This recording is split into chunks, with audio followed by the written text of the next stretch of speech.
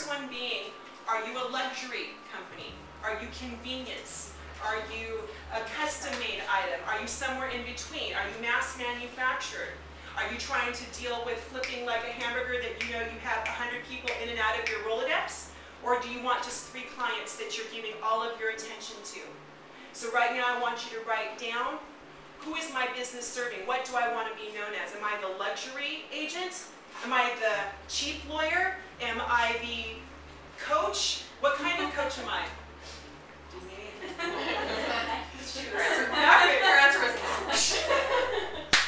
But that's my point. And I'm going to use Nicole. I'm going to pick on her now. Nicole knew immediately as I said that to her, there's no way she wants to be known as the cheap, fast, ambulance-chasing lawyer.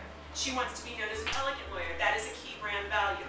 And I'm sure with each of you, if you have a business or you're starting one, you already have some kind of idea. What message do you want to give? And let me be clear. Whether you are rich or not doesn't mean your brand can or cannot be. Whether you are poor or not does not mean your brand can or cannot be. You choose because, kind of quick little note here, dreams are often a couple of sizes too big so that we can grow into them. So if you're not quite there yet, that's okay. What you want is the direction. So as you identify some of these key brand values, if you're saying to yourself, oh, but Morgan, I'm not really quite there yet. So what? You're never going to get there unless you declare that you're going there. So let's start with that. So has everyone gotten luxury, convenience, mass manufactured? We're all good? Okay, next is personality. Now I give 2 seconds if anybody in here dares say that they understand the personality of my brand.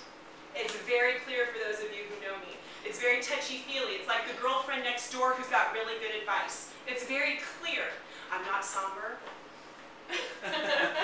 I'm not holier than thou. I don't meditate with you for an hour. Basically because I think everything is spiritual. But that's a different story for a different night. My point to you is this. I want you to see clearly right in front of you is a very clear brand. I am this way in all of my marketing, on my website, in my videos. I am the same person on and off stage, and my friends would probably attest, this is really me. This is not me on stage. This is not me on, Pride, I would say on crack because of that commercial came in my head, but this is who I am. So when you decide a personality for your business, the most successful ones represent you. Let me say that again. The most successful brand represents you. Not what you think your customer wants. Because today's customer, and we are today's customer, see through things in an instant. You want to be clear. Do most of you know the clothing designer Stella McCartney? Paul McCartney, the Beatles? Yes. Okay, one of the things that catapulted her, besides of course being the daughter of a Beatle, was that she was into being a vegan.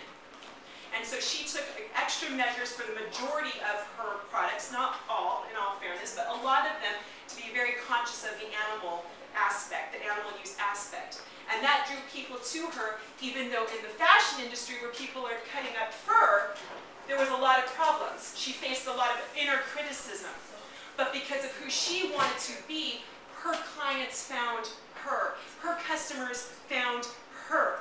So what you have to figure is if you exist, so does your tribe.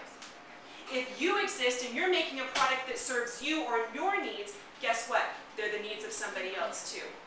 When you figure out your authentic being, who do I want to be, you will automatically attract to yourself those people who resonate with you. So the next key brand value I want you to identify is what is the personality of me or my business? Am I funny? Am I loud? Am I animated? Am I quiet and conservative? Whatever it is, it doesn't matter. It has to be authentic to you because you will enjoy your business more if you attract people who resonate with who you're being. I know a lot of you personally, and I know you have clients that not all of you love.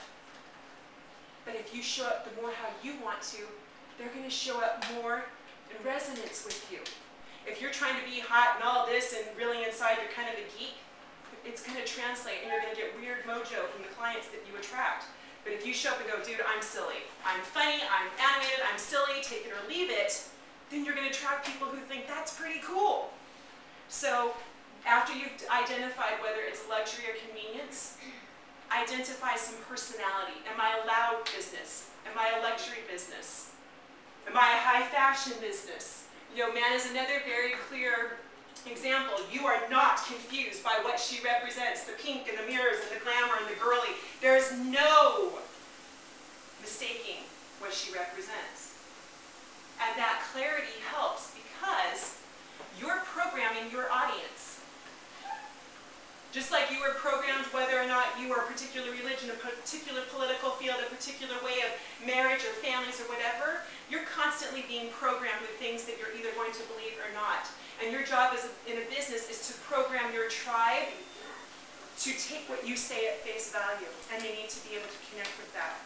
So the next thing I want you to do as a key brand value, in your mind, I want you to identify your ideal client, your ideal customer, and then ask yourself in this identification, what do they need from me?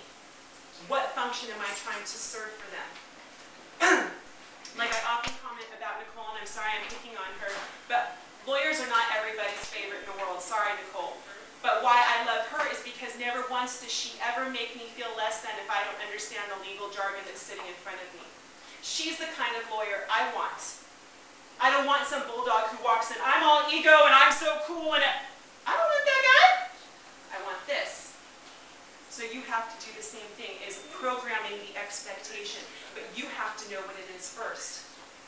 Who do I want to serve? A long time ago, I figured out I wanted to serve, sorry Rob, I wanted to serve women. I got along well with women. I understood the dynamic of being the chief cook, bottle washer, mother, you know, the whole gamut. I understand the multitasking mind of a woman who tells herself all of these different stories all of the time.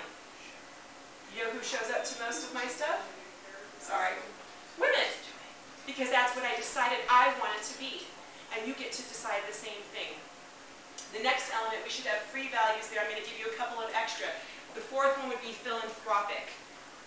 Does my business help somebody directly? Or does somehow what I do, my company or my business, a certain amount of proceeds goes to a particular organization, or we volunteer our time to help the Boys and Girls Club, or whatever it is? Is there a philanthropic element to your business? This is so important because in a day where we are mass marketed to with a ton of product options, we are connecting based on transparency, personality, promises, and who are you helping? How many people have ever bought a pink bowed anything to help for cancer awareness just because it was cancer awareness? You didn't need the mug, you didn't need the ribbon, you didn't need the lipstick, but it was helping a cause, and you thought, you know what? I'll get the one with the cause. Another place where this works is, I don't know how many of you know Tom's Shoes. Does anyone know Tom's Shoes? Heard of Tom's Shoes? Okay, so for those of you who know, Tom's Shoes did this in a really unique way, and it catapulted him to like designer shoe heaven, even though he sells these little slip-ons. For every shoe you buy from Tom's Shoes, he gives a pair to a poor child in another country. I think sometimes this country, but just to be, for argument's sake, he goes to other countries and he delivers shoes. That catapulted, oh my God, why wouldn't I buy his shoes, slip-on shoes, knowing that I'm putting a pair of shoes on a child somewhere across the world? So what about your business is helpful to other people? Who are you serving besides your client? Who are you serving that's not giving money to you? Who are you serving because you realize that by giving out to people, you're actually going to get 10 times back? And then the very last one is your own person. If you are a solopreneur or the face of a company, or you have a very small team, you want a personal element involved in your marketing or in your key brand values. For me, that's being loud. I'm animated, I'm loud, I talk a lot, it's a very personal element. Everybody knows, I tell everyone. Most people also know I'm a single mom. Though it doesn't really filter my business, that is an element where a lot of people identify with me, especially since I serve women. And when women know I'm a mom and I'm doing this, it's like, oh, and they follow more. So what is personal about you that you would be willing to throw into your marketing mix that makes you different from dealing with someone else? And it's huge. People take this very lightly, but it's not. We know Oprah Winfrey loves her dogs, right? Now, as crazy as it is, people actually love Oprah because she loves her dogs. If you were a dog person, that is an element to her that you like. I could name a lot of other people, but I'm saying from the shaped heads that everybody kind of gets it from that. People want to know who you are. Richard Branson craziest thing, I don't know if anybody else is watching him kind of excel these days, but he is extremely conscious. Way back in the party days, I thought he was Party Virgin Records guy, but I've been following him. He's extremely conscious, and it's drawing me personally more into his brand because he's got pictures of his family or pictures of him scuba diving. So what parts of your life would you be willing to share? And be very careful and guarded because it is your life, and you only want your business to be a certain aspect of your life. But if it is your child because you help children, or if it is because you have dogs or something personal, you're maybe a vegan, there's something that's going to help your audience further identify with you. So for those of you who haven't gotten through your list, I'm going to give you another minute to kind of write down some key brand values because they're going to be very useful because we're going to get to my last topic this evening, which I know some of you have actually struggled through with me. We're going to talk about social media.